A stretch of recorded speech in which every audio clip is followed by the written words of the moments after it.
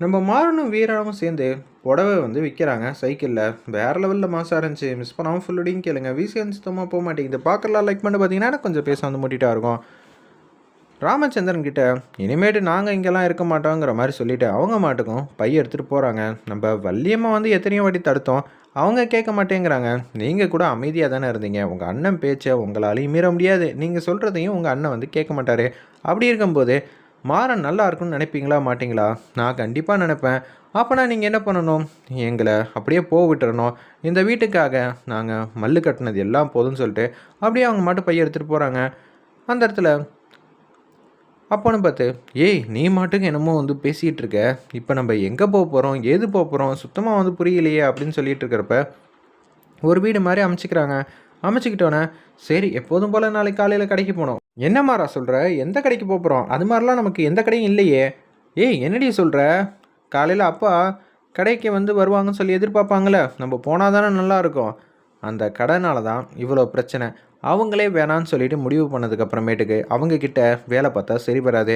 பின்ன வருமானத்துக்கு என்னடி பண்ண போகிற? கையில் என்கிட்ட ஒரு 2000 ரூபா தான் பணம் இருக்குது. இதை வச்சு எதுவுமே பண்ண முடியாது. நம்ம ஒரு தொழில் ஆரம்பிக்கலாம். மேடம் எனக்கு சரியாக கேட்கல மேடம். கையில் வச்சுருக்கிற 2000 ரூபா வச்சு தொழில் ஆரம்பிக்கலாம். ஒன்று தெரிஞ்சிக்க மாறா, பணம் லட்சக்கணக்கில் வச்சு தான் தொழில் ஆரம்பிக்கணும்னு நினச்சா யாருமே இங்கே பிரம்மாண்டமான தொழிலதிபர்லாம் ஆகிருக்கவே முடியாது. உனக்கு பணம் சம்பாதிக்க தெரிஞ்சால் போதும், நீ தொழிலதிபராக ஆயிடலாம் அப்படின்னு சொல்லி பேசும்போது, வீரா செம்ம மோட்டிவேஷனாக இருக்குது வீரா. எனக்கு ஒன்றும் புரியல. நீயே சொல்லு பார்ப்போம். எதை வச்சு நீ பணம் சம்பாதிக்க போகிற? உன்னோட திறமையை வச்சு தான், நம்ம ஜவுளி கடையை வச்சு தான் இது மாதிரிலாம் முன்னேற்ற பாதையில் போகணும். ஓ நான் வச்சுருக்கிற 2000 ரூபா பணத்தில் காவேரி டெக்ஸ்டைல் மாதிரி பிரம்மாண்டமான ஒரு கடை வருது, விலைக்கு வாங்கிடுவோமா அப்படின்னு சொல்லி கேட்குறாங்க. என்ன நக்கலா தெரியுதா? நான் கூட உன்னை புத்திசாலித்தனமான பொண்ணுன்னு நினச்சேன். நீ இப்படி யோசிச்சுட்டு இருக்க. ஏய் நடக்கிறத பேசு. நீ தாண்டா இருக்கிறத வச்சு யோசிக்காமல் பறக்கிறத வச்சு யோசிக்கிற. கண்டிப்பாக அது மாதிரி பிரம்மாண்டமான கடை வைக்க தான் போகிறோம். அப்படி வச்சா அந்த கடைக்கு நான் வீரா பேரை தான் வைப்பேன். எனது ஏன் பேர் வைப்பியா? ஆமாம், எங்கள் அப்பா யார் பேரை வச்சார்? அவங்க ஒய்ஃப் பேர். அப்போனா நான் யார் பேர் வைக்கணும்? வீரா டெக்ஸ்டைல். எவ்வளோ சூப்பராக இருக்குது, ஜம்முன்னு இருக்குல்ல அப்படின்னு சொல்லும்போது, அதெல்லாம் இருக்குது, வைக்கிறப்ப வச்சுக்கலாம். புடவை தான் பிஸ்னஸ் பண்ணும். ஏன்னா புடவை தான் உனக்கு ஏகப்பட்டது தெரியும். அதுவும் பட்டுனா உனக்கு பூந்து விளையாடுவேன்னு நான் கேள்விப்பட்டேன். இதெல்லாம் யார் உனக்கு சொன்னது? பட்டை பற்றி எனக்கு எல்லாமே தெரியும் தான். ஆனால் அதுக்குன்னு அந்த பிஸ்னஸ்குள்ளே போகணுன்னா கையில் மினிமம் ஒரு 50,000 ரூபாயாவது தேவைப்படும். ஒரு 20 புடவையாவது வச்சாதான் ஏதாவது காட்டுறதுக்கும் வசதியாக இருக்கும்ல அப்படின்னு சொல்லும்போது, 50,000 தானே, நான் ஏற்பாடு பண்ணுறேன். என்ன வீரா, எனக்கு தெரியாமல் எங்கேயும் பணம் காசுலாம் சேர்த்து வச்சுருக்கியா? என்கிட்ட நகை இருக்குடா, அந்த நகையை வச்சுருவோம். விற்றாலும் சரி வச்சாலும் சரி கையில் பணம் கிடைக்கும். அந்த பணத்தை வச்சு நம்ம ஜம்முன்னு ஒரு 20-30 புடவை வாங்கிக்கலாம் அப்படின்னு சொல்கிறாங்க. இந்த நகை எத்தனை பவுனு எத்தனை கிராமுங்கிற மாதிரி கேட்குறப்ப, அது தெரியலடா, நிச்சயம் 1 லட்சமாவது கிடைக்கும். ஒரு 25 புடவை வாங்கிட்டு நம்ம நல்லபடியாக வியாபாரத்தை பண்ணலாம் அப்படின்னு சொல்கிறாங்க. ஆமாம் வீரா, கடைன்னா ஏகப்பட்ட பேர் வேலை பார்க்கணும், வாடகை இருக்குது, எல்லா செலவும் இருக்குது. ஆனால் இங்கே அப்படியெல்லாம் இல்லை. ஏதாவது ஒரு சைக்கிள் மட்டும் இருந்தால் போதும். சரிடா, செகண்ட் ஹேண்டில் ஒரு சைக்கிள் வாங்கிக்கலாம் அப்படின்னு சொல்லிட்டு யோசிக்கிறாங்க.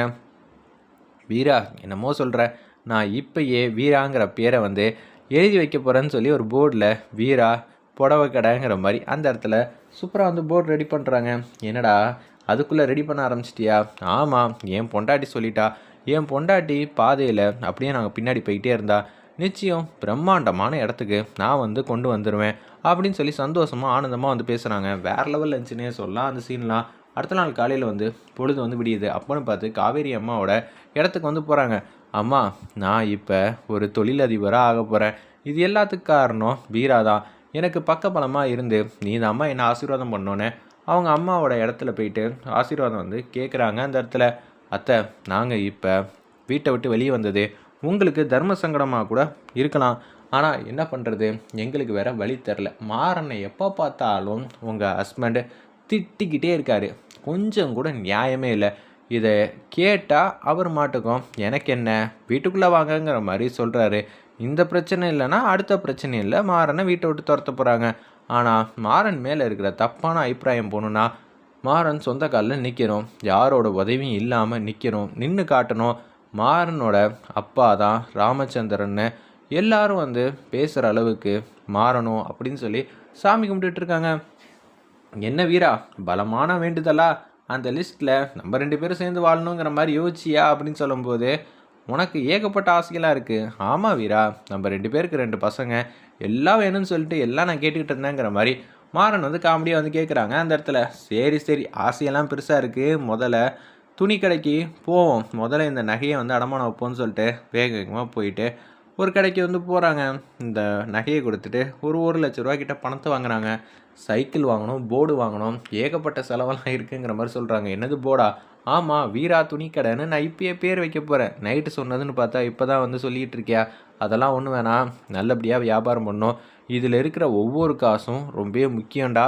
பார்த்துக்க, இந்த காசு தீர்றதுக்குள்ளே நம்ம ஒரு 20,000 ரூபாயாவது சம்பாரிச்சிடணும். சூப்பர் வீரா, 1,00,000 வச்சு 2,00,000 சம்பாதிக்கணும்னு ஆசைப்படுவேன்னு நினச்சேன். ஆனால் 20,000ங்கிறதே வந்து நியாயமான ஒரு காசு தாங்கிற மாதிரி பேசுகிறாங்க.